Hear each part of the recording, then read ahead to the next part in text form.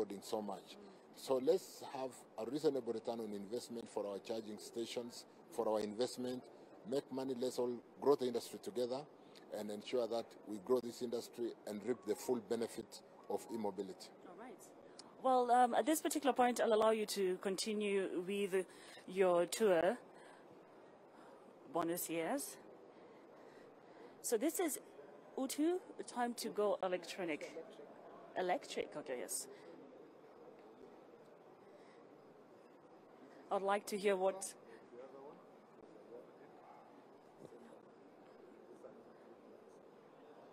Okay. It looks like the industry is really developed. You can see the different types of models of vehicles, and there's already competition. So I want to encourage you, Nina, this should be your next... My next car. Yeah.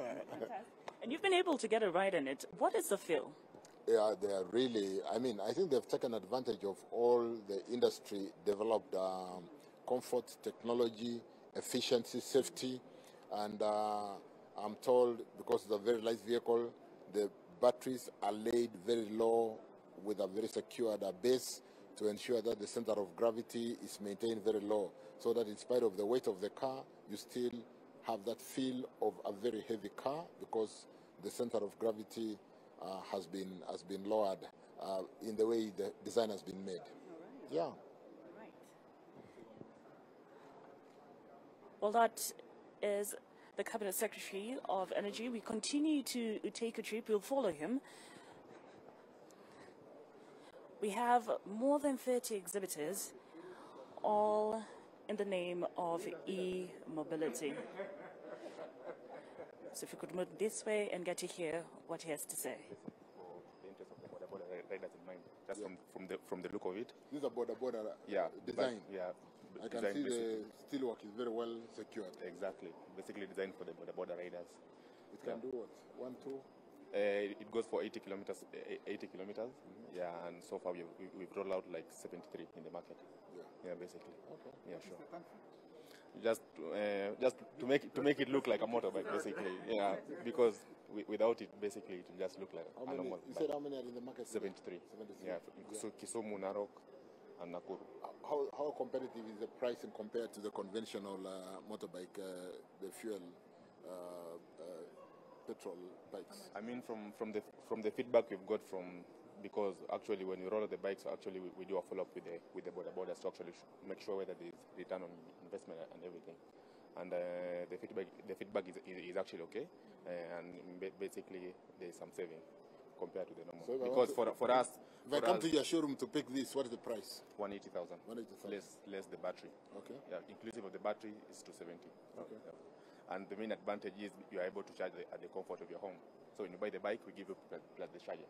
So you don't do the swapping. You give me the charger and I can charge at home. You can charge at home. So if I've got the charger at home, separate meter for purposes of separating the tariff for e-mobility, I should be able to take the advantage of the e-mobility tariff. Exactly. Wonderful. Yeah, sure. Thank you. Thank you. All right, that is Fika Clean Mobility.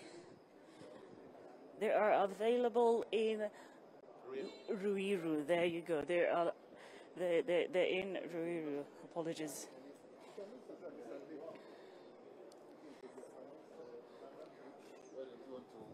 Put your brand to the market. You do this. It's not for the brand. We are here to showcase the charging. The charging system. Okay. That's what we are saying.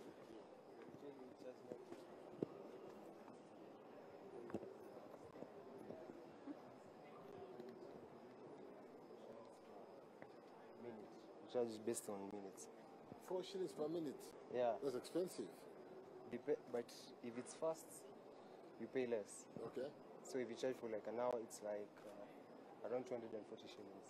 And that can get you quite a distance. Like how many, what is the unit of the fuel that goes into the car? Is it kilowatt hours? It's kilowatt hours. Kilowatt hours. Yeah. This car has a capacity of 3.5 kilowatt. This car has a capacity of... Not the battery capacity, the charging rate. The charging? The charging rate, because these cars, these are the older models, These so are the they older bring models, about 3.5 kilowatt. Yeah. Kilowatt, the charging rate. Right now, Boost is this an AC charger. So right now they are bringing cars at 7 and 11 kilowatts. AC. So it's You much can- much slower. Much charge- slower much charging. These are charging. older vehicles. Yes. Okay. So with new models and new cars, you can get. But in faster terms of charging the times. Kenyans, for the Kenyans to understand, Yeah. how much cheaper is it to run this car compared to the petrol engine?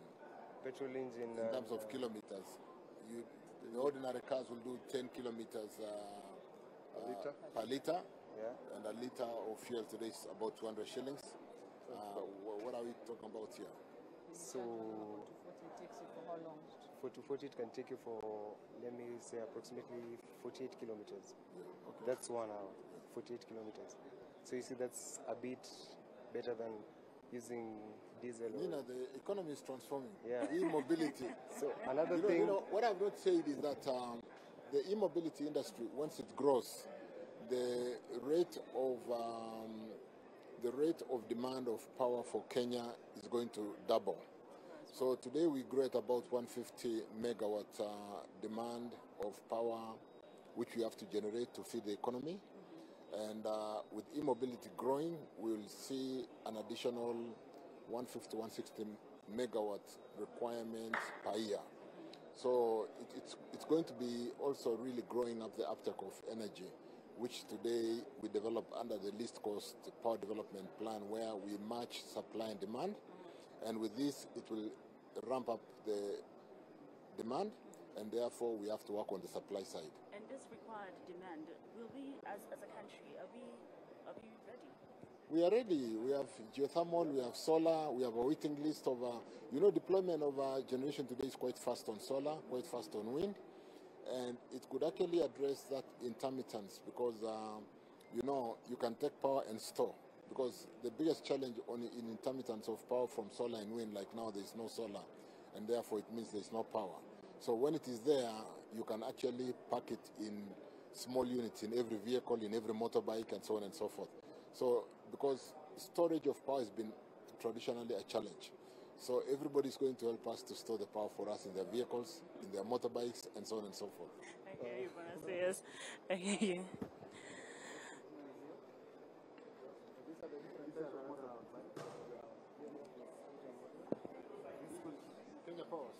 No, it's still under charge, isn't it? So yeah. So this is it's for mostly deliveries. As you can see, it comes with a pre-installed carrying. That. So with this, you can go to up to 160 kilometers. That's the safety system. It can go up to 160 kilometers when both two batteries are full, and it goes at a slightly safe pace at around 75 kilometers per hour or 80 kilometers per hour. So you can get your goods in time, and the drivers will be safe and the goods will be safe. And another good thing about this, they don't have charging station where you stop and swap. You can charge anywhere. You can charge at home. Yeah. So right here we have the chargers. All this, when you buy the scooters, they come equipped with these chargers. As you can see here, there's an adapter. You can charge two batteries at once. Okay. So one battery takes you about 80 kilometers, and two batteries take you 160. The biggest challenge has been, where do you charge? We can now charge at home. Yeah. It removes the challenge completely. Yeah. As you can see, this is a simple Normal, plug. yeah. Yeah. So you can just stick it in your socket and charge. And installing it is actually quite easy. You can just remove it. Daktari, this myth of charging station, people should just be able to charge at home. Exactly. Yeah. Exactly. Just remove it like that and you insert it like that. Absolutely. No, that is true. I think another question that many people will ask is, I think another question that many people at home would ask is, in layman's terms, just to break it down, how much would it charge you to charge your batteries fully? I'm not really sure about that because No, the question is, we can answer that. How much would it cost you to charge your battery fully? If your battery is, for the motorbike, most batteries are 3.5, No, 3. up to 2.9, from 1.8 to 3 So let's say per battery. 3 kilowatt hours. Is that correct? Yeah. 3 kilowatt hour battery Times 8 charge shillings. times 8 shillings. That's about 24. That is 24 bob. And then you do your 8 kilometers. These two batteries are 3 kilowatt hours. Yeah. Yeah, So okay. times, and they take 2 hours. So to charge, it is free transport. Question. Yeah. I'm satisfied with Yeah. that answer. Well, thank you very much. Charge Yes. at night using the off-peak charging tariff of 8 bob. And you are buying 3 kilowatt to fill your battery. You will get your 3 kilowatts times 8 bob, 24 bob, and you can do 80 kilometers. Look at an 80 kilometer today. Where the conventional guys? An 80 kilometer, I'm sure they will need some 200 bob, maybe. Yeah, actually, the reason why they are using charging stations is Yeah. because for home use you can use, but for boda, Yeah. you need energy on the go every other time. So as when you do 50 kilometers, by lunch you need another one, so you don't want to stop. That's why they have the swapping stations during the day. No, But at but night you can charge. don't forget that the life of a border in a day is about 100 to 150 kilometers. Yes. So if I'm carrying 2 batteries, like we've seen some motorbikes having 2 batteries, and they are fully charged, I'm good for the day. Yeah, I'm good for the day. You know, we are dealing with the beginning of the market entry. In a very short while, when we develop this industry, the cost will really come down. Yeah. And even the models. Yeah. And that is why we are having conferences like this one today. Wonderful. Absolutely. Thank you, Nina. All right. Thank you. Thank you very much. That was the Cabinet Secretary of Energy, that is Davis Churchill. We followed him as he was making his rounds in the exhibition, or visiting the exhibitors. This is the second Kenya Power E-Mobility Conference. Let's just listen in on what this gentleman is explaining.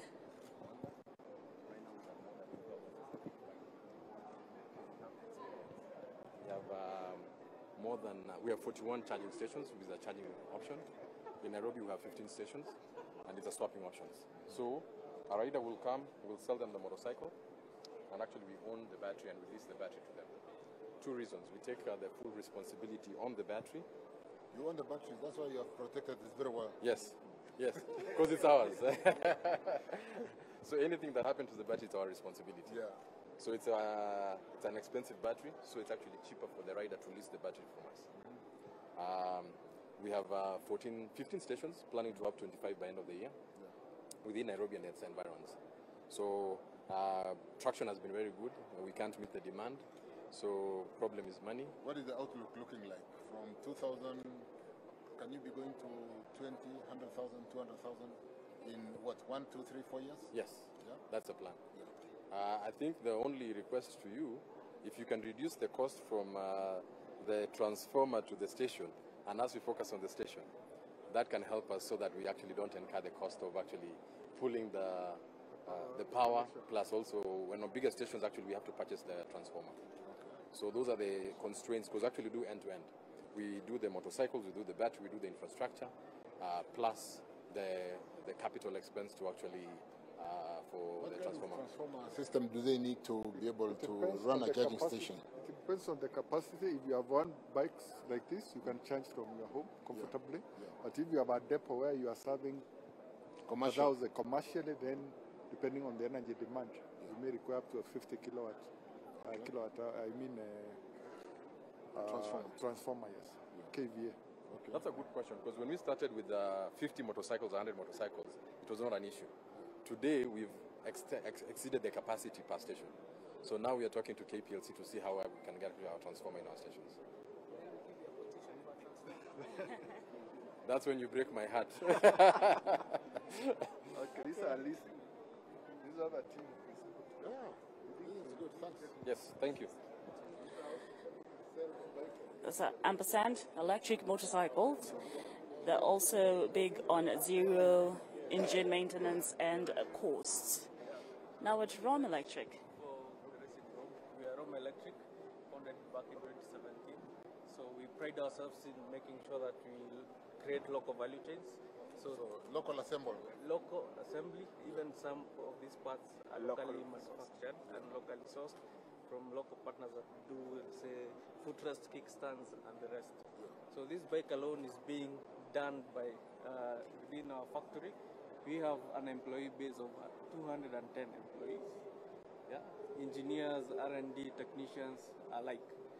So this bike is made with 270 individual components that are designed in-house.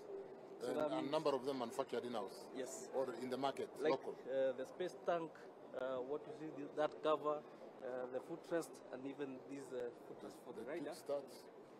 Those are done in-house, and the others which are sourced within the local partners, which includes the seats, these fenders, and some of these springs are sourced within the local value chain.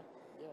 Besides that, we also do electric buses. So that bus over there is locally manufactured. So the entire bus body, is locally manufactured. That means in terms of after sales, employment, we are doing more numbers. So as long we've been able to employ 210, and you include the casual workers, 246. That means we are paying taxes to the government.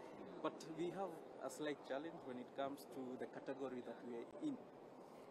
Many of us, the players existing now, are doing CKD, but now we are doing more than CKD, in that we design and develop some components. So there is a gap in the law to cater for people doing a lot of manufacturing and local assembly, which we like to look into. The other aspect is on charging. So we give liberty to border riders or owners of these motorcycles to charge at home. And our CFO yesterday mentioned that we want Kenya Power to look into maybe at a special tariff, even cascaded not only to the charging points, public charging points, but even to home users in future. I know we need smart meters and the like, but this also helps in lowering the cost of ownership in the long run. True. Yeah, and the most important thing for home is to make sure that we save money, increase money to the riders, because at the end of the day they'll be able to, better their living and income processes. What we talk about is we'll need a 2 meter. If you think about our traditional home, it will have the meter for the and a meter for the lights. We'll now need a meter for the e-charging, because we are giving a special tariff for e-charging. And when you have that at home, you can be able to really lower the cost of ownership and the cost of the running cost. And I don't think giving a meter for a third meter in the house would be expensive. How much is the cost of installing an extra meter? That is tariff. 3,000. No, about 10,000. No, for smart meters, about no, for smart. Yeah, the meter is 5,000. They are using the token for the home. They are using it's still around 10,000. But the smart meter, you need about 15,000. So it's a one-off cost where you are now able to enjoy a special tariff at home, and you don't have to worry about looking for charging stations. Yeah. So if you own 2 batteries, you own a split meter, you have a meter for e-charging, then the cost of running would be really significantly low. Yeah. With collaboration. Driving to home office, it becomes economic. It's tenable.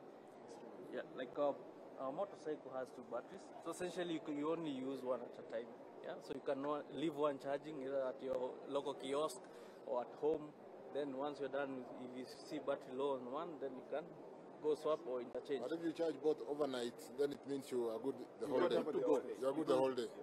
The range on the 2 is 140 all the way to 180, depending on your driving styles, among other parameters.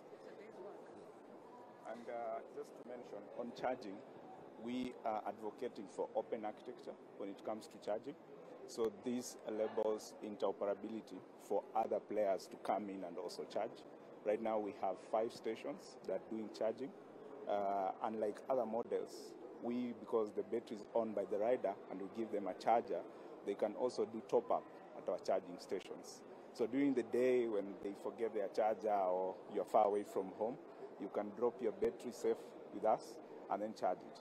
And allowing other players to come in and also tap into that will enable the industry to grow without the need for them to come and invest in charging infrastructure. So they can just focus on building the product and then we can help them in charging. It looks like it cannot organize our border industry because you have to pack your border nicely.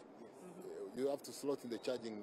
Yeah, so for the beauty about this, because the battery is removable, you don't need to park the bike to leave it there.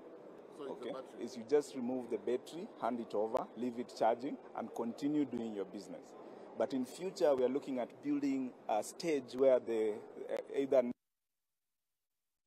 need for their passengers, they can just plug in their home charger as they wait for the customer to come in and charge their battery while seated there. Wait for your pizza. Yes, exactly. As they wait for your pizza to be ready. We are working on Yeah. we have roam hubs, then on top it. Yes. So we have roam points also that will be able to talk to you guys, and we are happy with the collaboration of Kenya Power in enabling us build the charging infrastructure. Okay, good people. Thank you so much. All right. Good for Kenya. Thank you. Okay, so the conversation still continues, and we will be listening to the CES address the conference, which is downstairs. We are at the KICC. So let's take a very quick break. We right back to programming. My name is Nina Shaban.